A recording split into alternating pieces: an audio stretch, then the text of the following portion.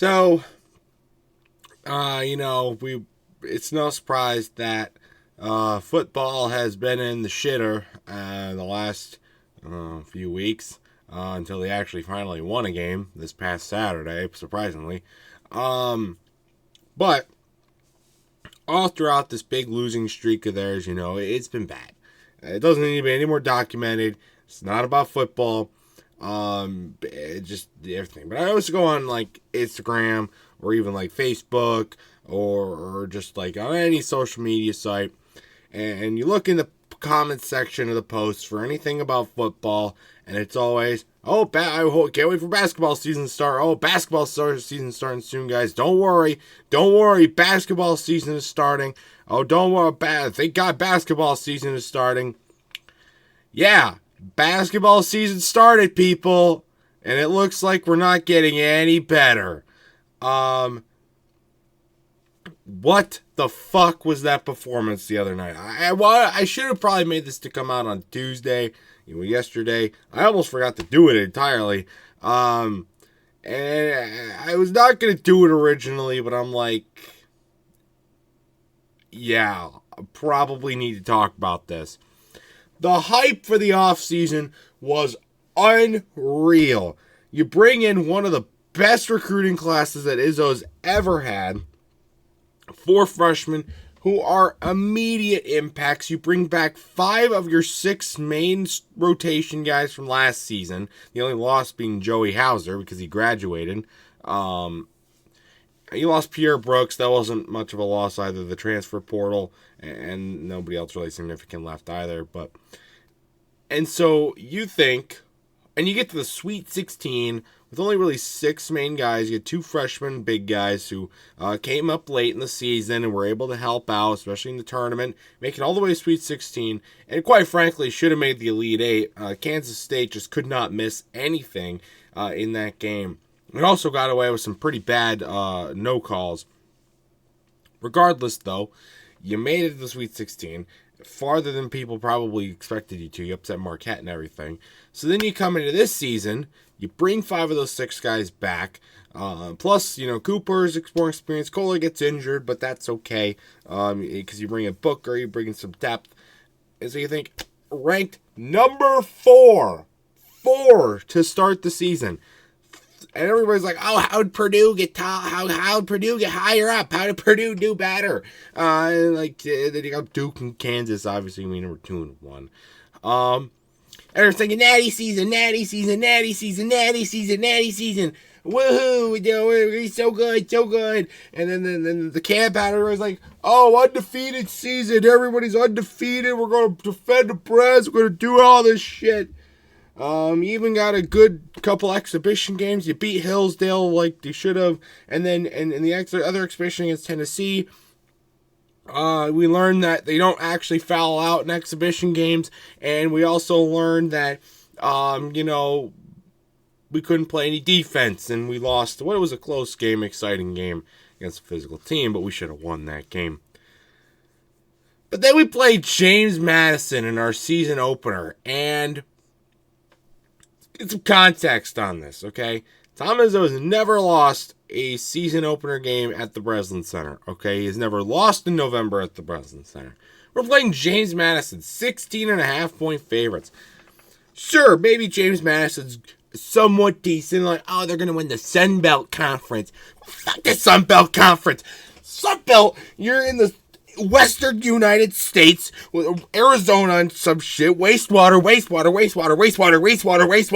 Drain all the water. Other waters. No. Water. Golf courses. And, okay, they might put up a physical fight. We might have a sluggish start. But we're going to win the game, right? And sluggish start we did, because James Madison jumped out to a pretty sizable lead to start the game. Seemed like they really, and unlike Tennessee, okay, Tennessee, we got off a slow start, but Tennessee couldn't miss. Eventually they started missing. James Madison, they were missing from the start. They weren't like red hot to start the game. Far from what we were doing, but, and it just doesn't make any sense. And then, so you're thinking, okay, they'll come back. And they did come back. They made it a 4-point game at the half. And thinking, okay, they'll pull away in the second half. They'll win the game. Everybody will be okay. And here's what we're going to do. And it did. They started coming back. They made it. They got up to 6-point lead. They actually took a fucking lead. And got up to 6 points. And they're thinking, all right, James Madison, dead in the water. We're going to pull away. We're going to win this game. It's going to be okay. No. Apparently not. Apparently Izzo said, let's have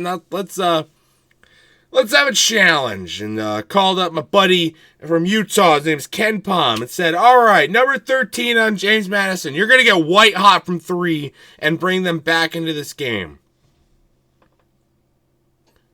And you know what? The rest of the team in MSU, outside of Walker and Cohen Carr, you're not going to score at all, okay? Nobody's going to make a fucking basket. Sissoko's going to have a breakaway dunk to the basket from a turnover. Oh, let's have him fumble it and somehow get a foul out of it. And then miss the free throws. And we lost in fucking overtime to James Madison. Are you serious? Number 4 in the country, 16.5-point favorites, and you lose in overtime at home. That's embarrassing. That is embarrassing in any possible fathom. There are a lot of problems with that. I already said the scoring problem. Only Cohen Carr and Tyson Walker could score. Tyson Walker puts on a career game, 35 points. Cohen Carr actually had to play most of the center position and did a pretty good job of it, all things considered, for a freshman. I mean, he was getting rebounds, getting putbacks, getting to the line. He had one of his own signature dunks, too. Not really that exciting, but compared to the other ones we've seen in the exhibition games and stuff. But it was still pretty cool. So you think he did okay. But, like, Cooper was terrible. Sissoko was terrible. They just couldn't do anything. I mean, they just couldn't get any rebounds. Hogarth had 9 points. Nobody could make a 3. 1 for 20 from 3. And guess who made our 1-3? Trey Holloman, of all players, made our only 3 of the game. Malik Hall took way too many of those 3s. He's good on the inside, and yet he doesn't like to drive. He likes to kick out for 3s, and he can't make those anymore. It's just not his game anymore. He needs to change that, and I don't know why he was getting all those opportunities. Okay, maybe good defense was part of the problem, but it's not all the problem, okay? God, I'm playing fucking James Madison here, not like fucking Duke, who you get in 6 days at least. Hope you're ready for that one. God, where does it even start? It's just, and I would talk about the fouls, and the fouls were kind of bullshit in some of them, but they had little to no impact on the outcome of this game. Like I said, Tyson Walker scored 35 of our 76 points, including 7 out of our 8 points in overtime. That's just not, and then in clutch situations, they would only give it to Walker, and of course, James Madison's going to triple team him because nobody else can make a bucket. So of course, then we go cold, and then James Madison, but the only reason it was even close is because of Walker's 35 points, and also because James Madison is fucking James Madison. They're going to have bad turnovers. They're going to take bad shots. They're going to turn a ball over in situations where other teams won't. Because it's James Madison. You don't lose to James fucking Madison. But it wasn't just the bad shooting. It was also, in my opinion, some bad rotations and play calls. Tom Izzo, I love you, man. I do. You're an amazing coach. You've done great stuff for this university. And I do not want you fired like most people in the comments section of your last basketball post wanted. But what were you doing? You have 2 people as an option, okay?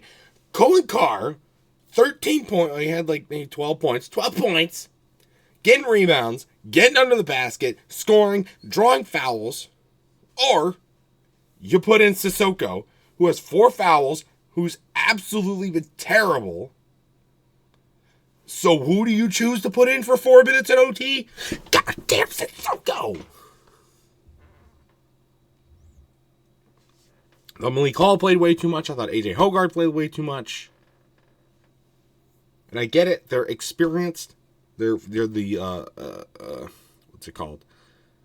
Standout excellence of the team.